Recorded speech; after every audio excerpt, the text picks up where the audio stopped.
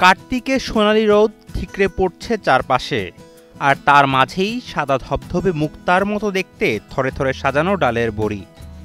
মাসকলাই আর কুমড়ো ডালের এই বড়ি বাংলার ঐতিহ্যপূর্ণ রসনার বিশেষ আয়োজন। ঋতুচক্রে এখন হেমন্ত হলেও গ্রাম থেকে শহরের সবখানেই পড়তে শুরু হয়েছে হিমেল হাওয়া। শীতের আমেজ রসনাপ্রেমী বাঙালির মনে ডালের বড়ির চাহিদা বাড়িয়ে তোলে।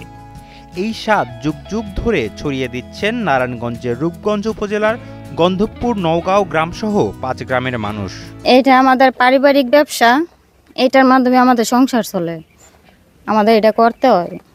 আমার শ্বশুর পাশাপাশি সহযোগিতা করে, মোটামুটি কোনো রকম আর কি চলতে পারি।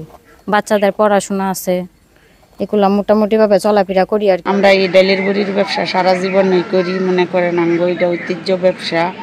আমার শাশুড়িরাও করছে, আমরাও করি, কিন্তু আগের তুলনায় এখন এই বড়ির চাহিদা কম, ডালের দামও বেশি, পর্তায় পরে না দিয়া সবসময় আমরা বানাই পাইকারি বেচা কিনা করি, পাইকার বাড়ি থেকে আইসা নিয়ে যায়।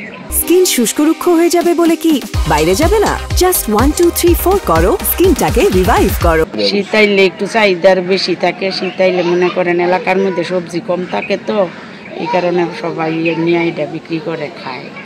আর এমনি ঢাকা নারায়ণগঞ্জ চলে, পাইকাররা নিয়ে যায়, দেশের বাইরেও যায়। মৃদুমন্দ শীতের দুপুরে গরম ভাতের সাথে ডালের বড়ি দিয়ে আলু ফুলকপির ঝোল বা বড়ি দিয়ে কৈশোল মাছের ঝোল নিয়ে আসে অন্যরকম তৃপ্তি। একসময় 200 পরিবার এ পেশার সাথে জড়িত থাকলেও এখন হাতে গোনা কয়েকটি পরিবার এই পেশায় যুক্ত আছে। আগের পুরানো ব্যবসায়ী আমগো, তো এই ব্যবসা মনে করেন একলা কাজ করিয়া বা দুজনে কাজ করে সংসার চালানো খুব কষ্ট। এটা দিয়ে যেমন মিলিয়ে দিলে কোনো মতন চলি, তবে যেইভাবে চলি মনে করেন আগের যেই ব্যবসাটা ছিল ওখানে বর্তমানে সেই ব্যবসাটা না, একটু কম, তো বৌবাড়ি এটা দিয়ে কোনো মতন যেমন চলি আর কি। দেশীয় ডালের বড়ি দেশের চাহিদা পূরণ করে বিদেশেও রপ্তানি হচ্ছে। বাজারে ডালের দাম বৃদ্ধির কারণে এখন বিক্রি কিছুটা কমেছে, তবুও সাধারণ মানুষের চাহিদা ও ঐতিহ্য ধরে রাখতে বড়ি তৈরিতে নিরলস শ্রম দিয়ে যাচ্ছেন ডালের বড়ির কারিগরেরা। নারায়ণগঞ্জ থেকে রাসেল আহমেদের পাঠানো তথ্যচিত্রে ডেস্ক রিপোর্ট, কালের কণ্ঠ।